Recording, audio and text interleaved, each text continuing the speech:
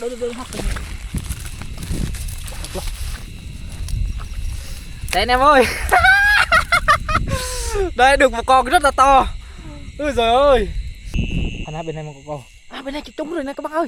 Trúng cá nhá. Trúng cá gì ta? À cá trê ha. Trúng được con cá trê. Đây. Quay cho mọi người xem đây. Đấy, được con cá trê. Mày nghĩ sao vậy? Chỉ là con cá thôi mà, mày nói chừng nãy giờ tôi lui không biết con cá đâu. Con cá đây hả? Chỉ là con cá này mà mày dám bó mày nói chừng ấy mày dám còn đeo con này mày giờ mày uống gì? Ông uống gì? Thôi mày uống gì? Bây giờ em.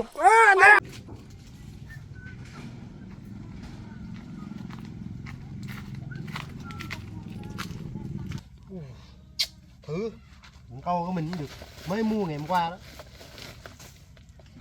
Có cần câu ngon như thế này mà đi câu một mình cũng có thể uống nhỉ. Đúng rồi, chắc mình phải rủ thằng Đen với thằng Rúp mới được. Hai cha con này khoe cho hai tao nó biết mới được, mà cũng lâu lắm rồi không gặp hai tao nó. Bây giờ mình khoe hai tao nó, sau rủ hai tao nó đi câu mới được. Khoe chứ cần câu mình mới mua mà. Thôi mình đi thôi.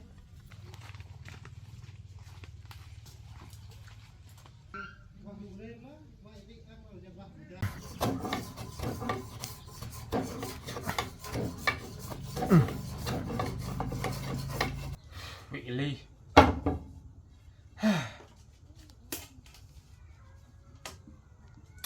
Ui, tak kok hết ly. Tông pra đôi hết rồi nhá. Tông pra đôi hết nè. Nhà hết gạo rồi. Lấy gạo đâu mà đi mua thuốc á? Suốt ngày cũng đi làm, cứ suốt ngày bắt đi lấy gạo đi đổi mua thuốc rồi mua rượu rồi. Sao vậy?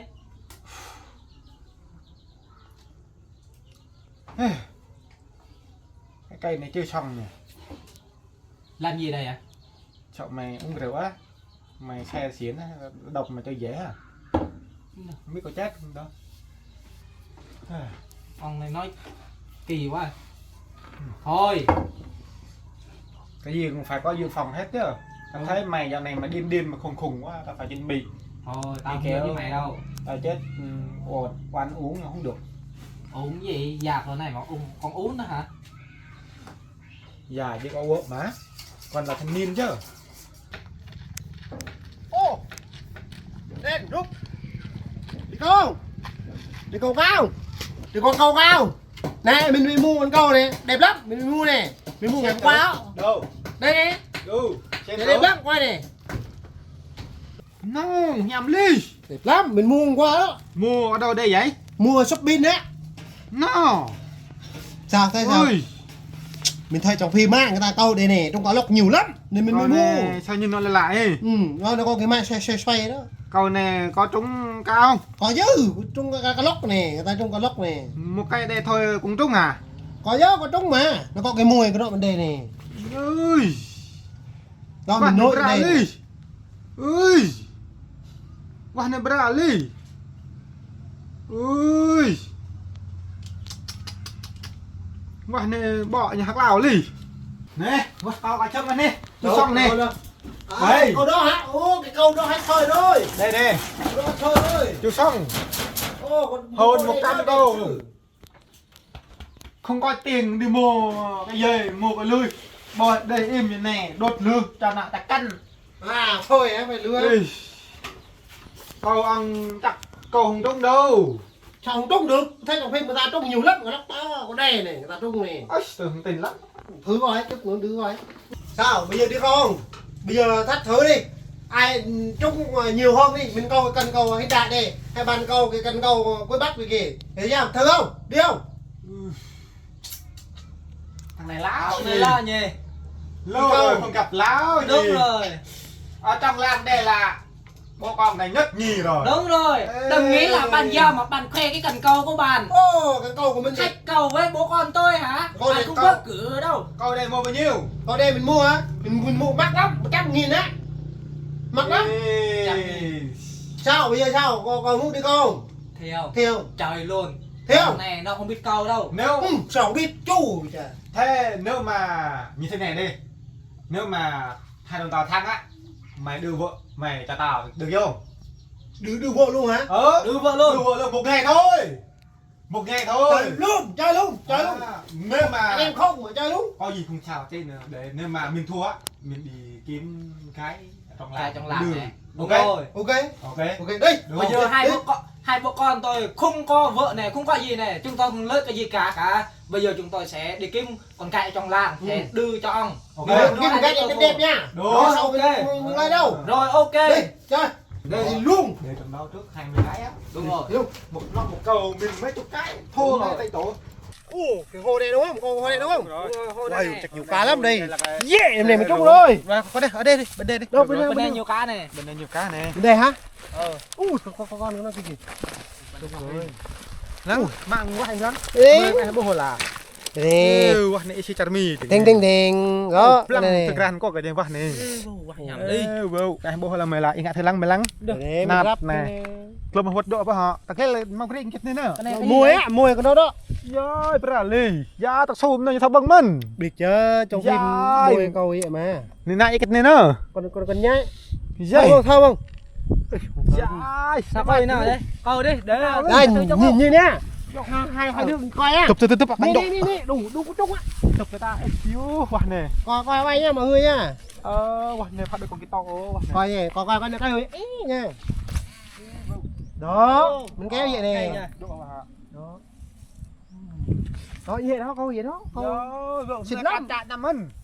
Đuôi kịp chứ, kịp mà. Nè. Câu như này sao cá ăn được? Ăn chứ. Lần này thô ta vó lần này. Nó từng con nhái đó, ăn chứ. Ya, hak lao li. Đó, đi. Lần này bio. Nan lần này ta ngặt thô mình bio lần này. Vô, mày thò lồng lòng mình lấy.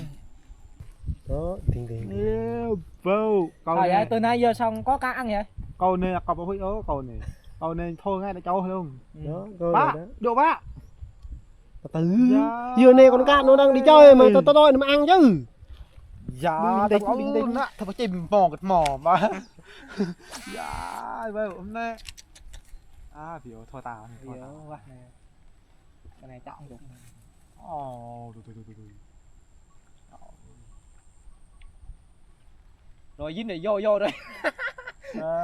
À, Bác này bị ổ, bác này này. Đó. Bình tĩnh chứ anh em, bình tĩnh chứ. là canh là rôm rồi mói. Được, câu này chắc không được rồi. Nhớ quá hả? Ủa mấy mày xinh lắm á. Rồi. Vùng người ta Chắc câu nó, vậy, tôi này nó đúng phải lắm. cá cho mình vợ nó rồi. Nó thôi Đúng chắc nhiều nhiều lắm. rồi. Nè hà, tao đây mò. Ờ, Tao phai, tao rê, tao nè nhà cái gì? là con nó lo. Vô, con nó lo. À, biết không? Ya, hàm ai chả.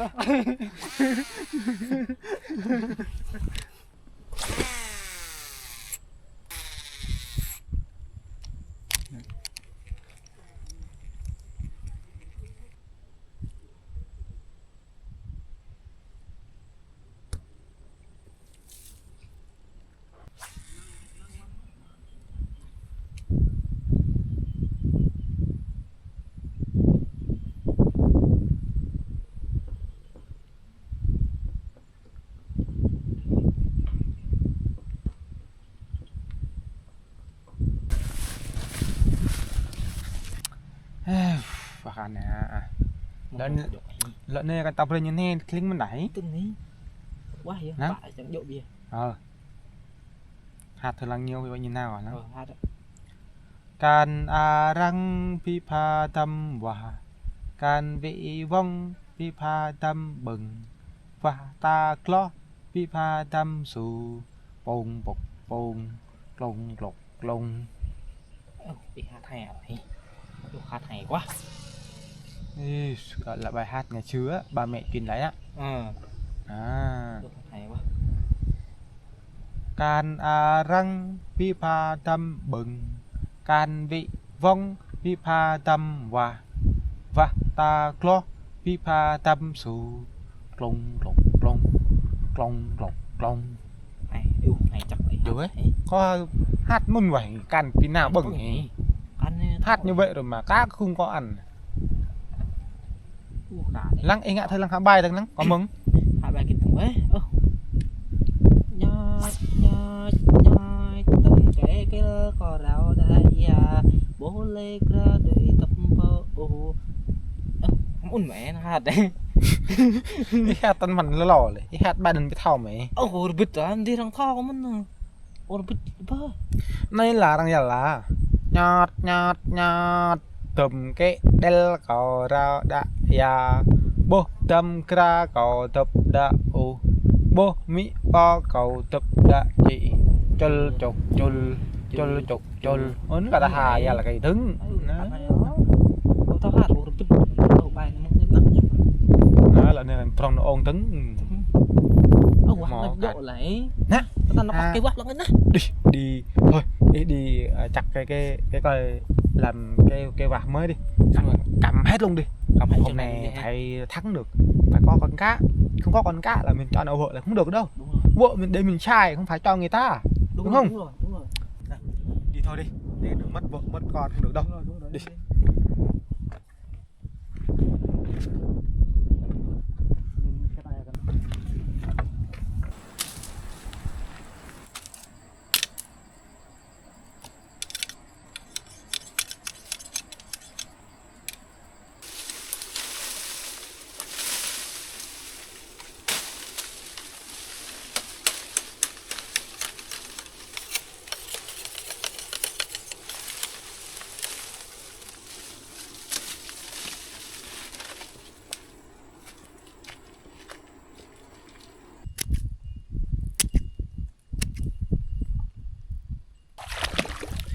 bây giờ anh em chúng tôi đang thử thách ha đã đi lấy cuốc xong rồi đi lấy mồi bây giờ để kiếm mồi đã ha kiếm mồi rồi đi bẫy để cho ăn tài ăn thua ha bây giờ là đang đi vào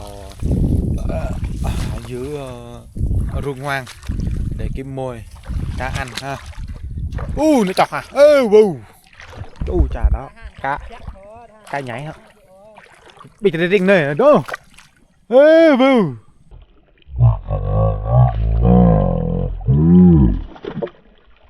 cả lóc cả nhà ơi chú chà không biết trúng một nhà để tài mà thua mà không đưa vợ là nó chết nha anh em ở đây giang hồ khung mà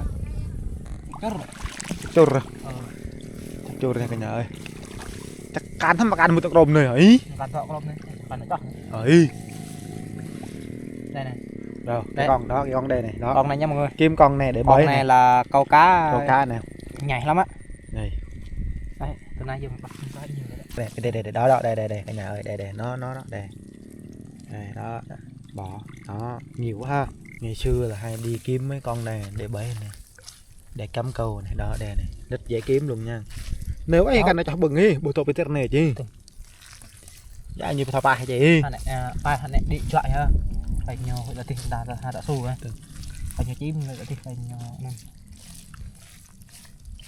nhiều này là này vừa là này thôi này là hai con nó đỡ hai cái vết này là lại dự ban ăn ấy là có đây cả nhà ơi đây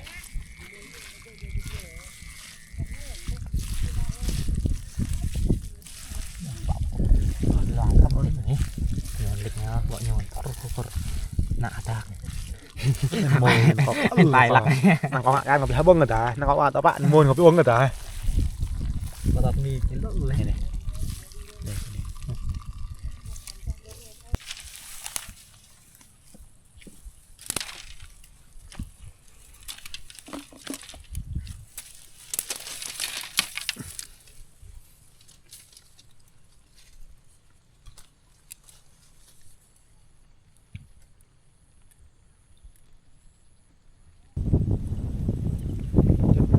chết bị dê không anh không chết hay là chết thức từ nó dè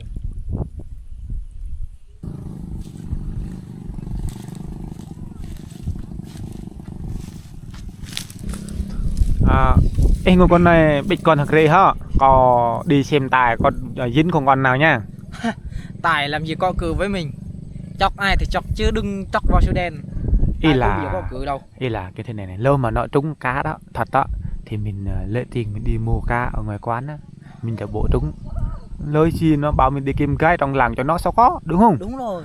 Mình phải làm cách nào cho mình thắng thôi. Đúng rồi, đúng làm rồi. gì thì làm, mình phải thắng Đúng rồi. nha. Để Rồi, đi rồi. thăm nó đã.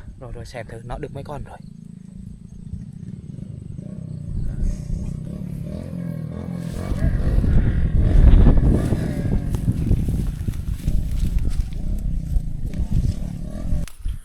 Sao anh bạn mấy con rồi?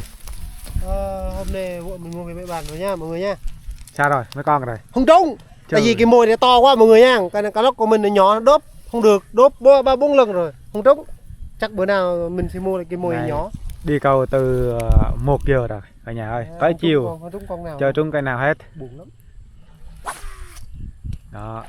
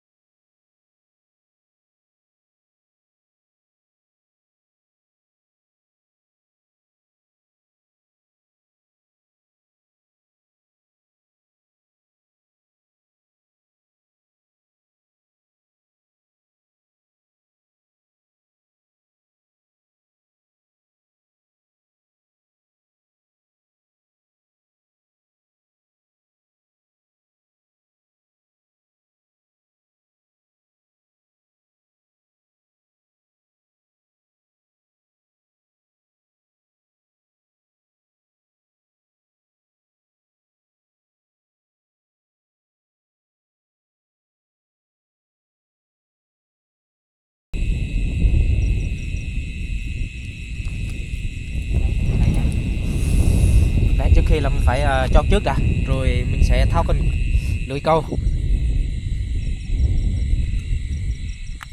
Trời ơi, nó dính chặt quá. Đấy, như này là xong nhá.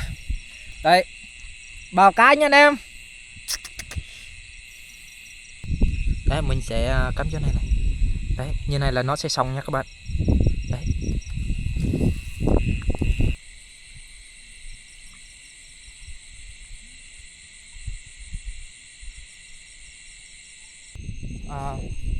Đây là có một lưới câu này chưa có trúng nha các bạn ơi. Đấy, đi tiếp. Chỗ này là hôi nha các bạn. Hồi bên này một câu. Bên này trúng rồi nè các bạn ơi. Trúng cái. Trúng cái gì ta? Cá trê ha. Trúng được con cá trê. Đây, quay cho mọi người xem đây. Đây, được con cá trê. Trời ơi mừng quá. Đây. Được con cá trê này. Đây.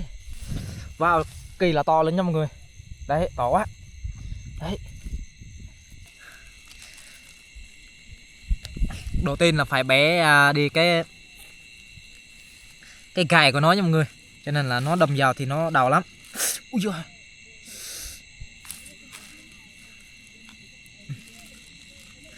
Phải bé đi cái gài của nó.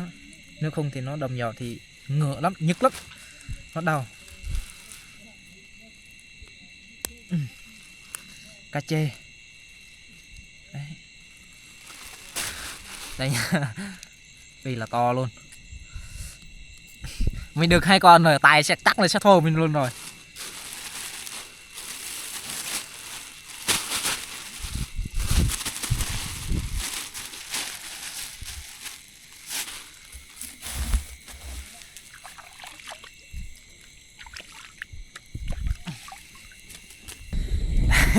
Bây giờ cuối cùng cũng được 2 con rồi đấy, rất là siêu to luôn. Trời ơi, quá đã luôn.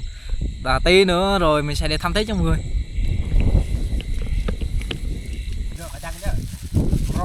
Quăng lên nữa là tay bên tay quay. Cắt đây có ăn không? Có tăng nơi tê. Đây là gì? đời mà quá đôi nhắm bá tôi vô mà nhặt hoe ơi Mày so nhá, xong ăn mà bỏ được găng rồi. giờ bị dày là Túi độ hả? Nhạ hả? Mày vượt đến đó khỏe. Đúng là ăn nhiều thằng ăn tai chứ. Nhiều thằng ăn nữa. Trong qua là nhiều mạng là mạng tép ta đi thằng mạng tép ta đó nên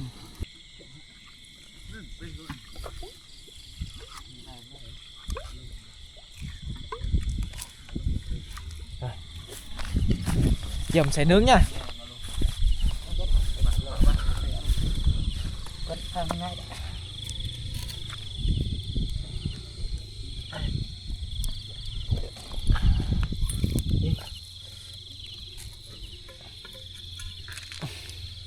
Giờ cá của tôi đã sắp chín rồi, nhìn rất là thơm. Bây giờ á, như này đi, giờ bố tôi nó đi đâu rồi tôi cũng không biết nữa. Bây giờ á, ban hồi nãy là thách thức tôi sẽ thử ai câu được nhiều hơn cá hơn. Đây là cá chính là tôi đã câu được nè. Mày thấy thèm không? Đó. Lần sau á, thử thách ai thì thử thách chứ đừng thử thách tôi nha. Đây.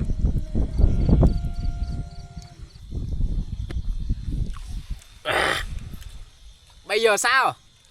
Nhưng lời hứa của ông á, giờ ông nói là đinh trả vợ mày cho tao. Giờ sao? Giờ ông có đinh trả không? thôi anh em mình nợ đùa thôi mà, làm gì mà ghê. Chỉ là con cá thôi mà, là sao mà cho vua được. Không được đâu. Ôi. Ồ, nhưng mà mình thì đã lớn rồi, chứ đừng có không phải đừng có nên là nói giỡn nói đùa gì cái đâu. Bây giờ thì cũng có anh em ở đây làm chứng rồi. Bây giờ là ông phải nhất định phải trả vợ cho tao đây. Ông biết sao vậy? Ông lớn từng này rồi mà ông nói đùa, tôi đâu phải trẻ con đâu mà. Trả vợ cho tao đây. Nếu không trả là ông không sống được ngày hôm nay đâu đó. Giờ sao? Ông phải trả vợ cho tao nha. Thôi, có đâu, bình thường, giỡn thôi mà. Thì bây giờ chuyện hai anh em, hai tụi mình thì nói chuyện sau, cho bây giờ có anh em ngồi đây mà tự nhiên nói chuyện nghĩa là không ngại lắm, không đúng đâu. Cái đó là bình thường thôi, đời sau đấy có đó đùa thì đùa chứ bình thường lắm. Thôi, tôi thì tôi không có chịu được. Bây giờ thì có anh em nó ở đây làm chứng rồi. Bây giờ thì ông phải nhất định như lời hứa của ông. Đây, giờ ông phải như lời hứa của ông thì ông phải nói như vậy nha. Chứ đừng có nói là chuyện đùa. Ở đây không có chuyện đùa gì hết không ạ. Mày nghĩ sao vậy? Chỉ là con cá thôi mà, mày nói chuyện nãy giờ tôi lui biết con cá được. Con cá đây hả? Chỉ là con cá này mà mày dám bó mày nói chuyện ấy, mày dám còn đeo con này bây giờ biết uống gì? Ông biết uống gì? Thôi mày uống gì? Bây giờ em, anh em mày đi nói chung với nhau mà dùng nói con cá này mà nuôi gì? Anh em không thấy đem để hả? Chỉ biết sao mà lời hứa của ông mà ông làm vậy. Ông ra đi.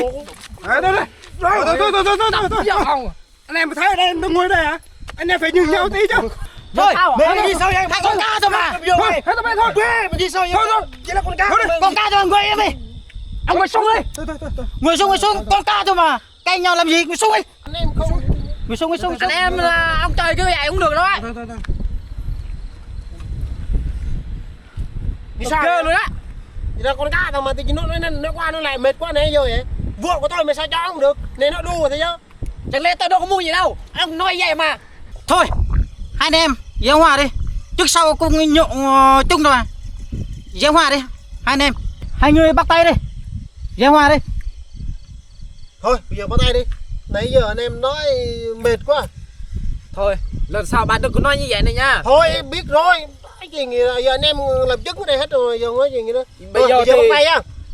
Bắt tay đi, bây giờ là giống là bây giờ ba anh em mình vừa nói chuyện. Bây giờ thì coi như là nề mặt anh em lắm đó. Đó mình bắt được tay đó. Thôi bây giờ thì mình lưới một miếng thịt cá cho bạn nha. Không mà. Đây. Thôi mình xin nha. Nói chung là bữa nào thì nếu mà vợ bạn đi tắm thì cho mình xem một chút là được rồi nha. Mày lại nữa mày.